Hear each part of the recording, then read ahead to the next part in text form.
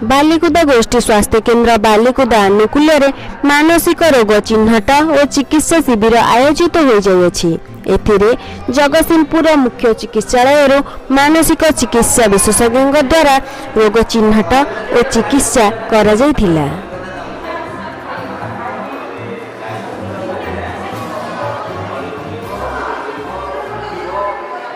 राजेंद्र स्वाई मोर मामू लक्ष्मण जेना आम गाँव आशा दीदी शुणिलु जे ये मेंटाल डॉक्टर मैंने आसते कौन आसते आज्ञा आम आसलु सुनाधार गंडकूल नरहणा पंचायत आशा दीदी शुणिकी आम बर्तमान मामू को लेकिन आसीचु ट्रिटमेंट हाँपाई।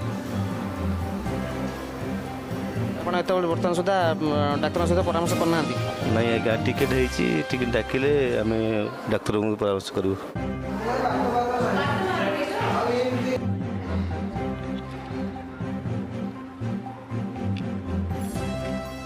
नमस्कार मो ना तापस मल्लिक मु जगतसिंहपुर मुख्य चिकित्सालय मानसिक रोग विभाग जड़े मानसिक रोग समस्या विभाग काम करुच्ची।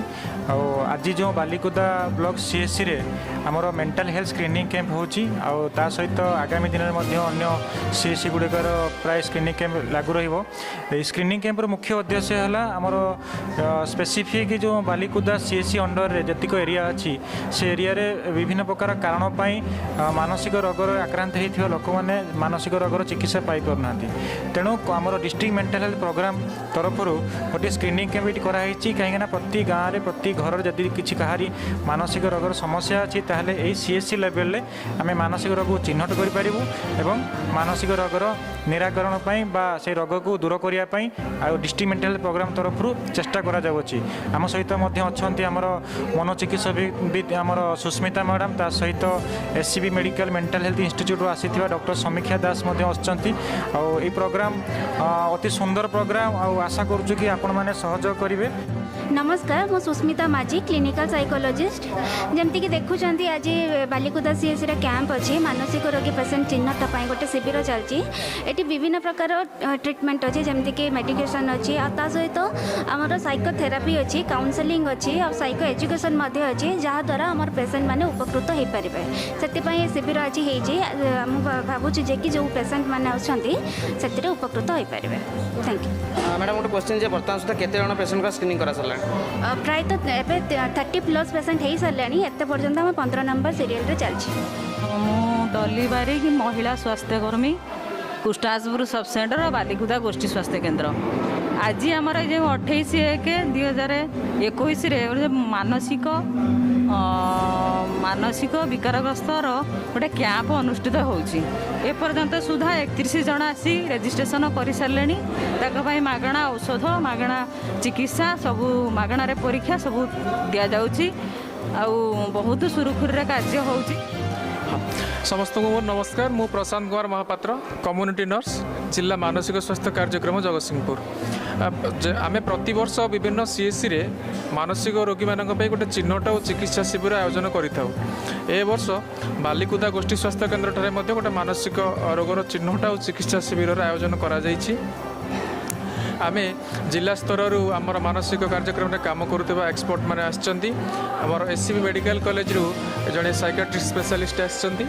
बहु पूर्वर आम यार गोटे परिकल्पना करूँ आम कौन कौन कर पड़ो आशा लेवल केमती अवेयरनेस पड़ो एएनएम दीदी मानक केमती अवेयरनेस पड़ो समस्त को आम आगु ट्रेनिंग देइथिलु से हिसाब से आम इंस्ट्रक्शन देइथिलु जे से माने केमती निज निजर रोल टी को जस्टिफाई करेंगे और जहाँद्वारा आमर स्क्रीनिंग कैंप रे बहुत पेसेंट आसबे सबू सीएससी स्टाफ मानक स्टाफ मानक एक्सक्लूसिवली आमर बीपीएम सार को आमर एमओआईसी सार जी अच्छा सुपरिटेडेंट सार तांकु स्पेशली मुझे कृतज्ञता दूची अकुंठित साहाय्य आउ मनोवृत्ति जोगु आज गोटे कैंप ये सफल हो पारा। प्रोग्राम टी गोटे दिन होता ता छड़ा आमर प्रति मासर 2 तारिख में गोष्ठी स्वास्थ्य केन्द्र बालिकुदाटारे गोटे मानसिक रोगर ओपीडी सर्विस प्रोवाइड करा जाउची। कुमार साहू मो निर्मल सुपरवाइजर बालिकुदा गोष्ठी स्वास्थ्य केन्द्र आनुकूल्य कार्य करुँचे।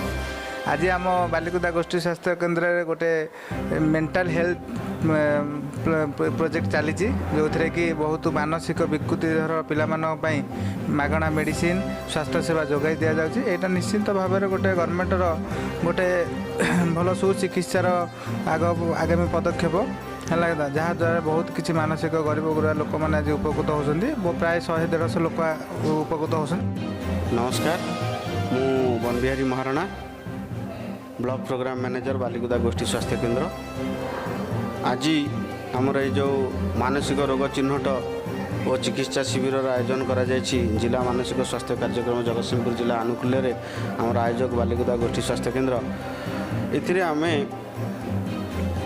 ଆମର ବାଲିକୁଦା ବ୍ଲକର ବିଭିନ୍ନ ଅଞ୍ଚଳରୁ ମାନସିକ ଅନଗ୍ରସର ଲୋକ ଥିବା ମାନସିକ ଦୁଶ୍ଚିନ୍ତା କି ତାଙ୍କର ଯେଉଁ ମାନସିକ ରୋଗର ସିମ୍ପଟମ୍ ଯେଉଁ ଥିବା ଲୋକମାନଙ୍କୁ ଆମ ଆଶାକର୍ମୀଙ୍କ ମାଧ୍ୟମରେ ସ୍ୱାସ୍ଥ୍ୟ କେନ୍ଦ୍ରକୁ ଆଜି ଡକେଇଛୁ ହେଲା। ଏବେ ସୁଦ୍ଧା ଆମର 35 ଜଣ पेसेंट आम रेजिस्ट्रेशन कर सारे जिलूर आमर मैडम आसछंती साइक्रेटिक स्पेशलिस्ट मैडम आसछंती आमर सोशल वर्कर आसछंती आमर प्रशांत बाबू कम्युनिटी नर्स से आसछंती आमर एठी गोष्ठी स्वास्थ्य केन्द्र अधीक्षक महोदय आउ पीएचओ मैडम उपस्थित अच्छा आम गण में। तो आज आम ये जो आयोजन करूँ आमर ये कार्यक्रम को आम सफल करने चेष्टारत अच्छु। तो आगामी दिन में आमर प्रति मास 2 तारिख रे आमर एठी मेंटल हेल्थ रो स्क्रीनिंग कैंप करा जाउछि जहार सुजोग नौचंती आमर समस्त बालिकुदा अंचल पेसेंट आ सेमान को मागणा रे औषध वितरण करा जाउछि। आमर फार्मासिस्ट बाबू अछंती निरंजन ओझा बाबू तांग माध्यम रे दिया जाउछि औषध जोगाई दिया जाउछि। तेणु यह सरकारंकर जो मानसिक रोग कार्यक्रम अच्छी डीएमएचपी से अनुकूल करा जाउछि। सर केते समय पर्यंत चलिबो प्रोग्राम?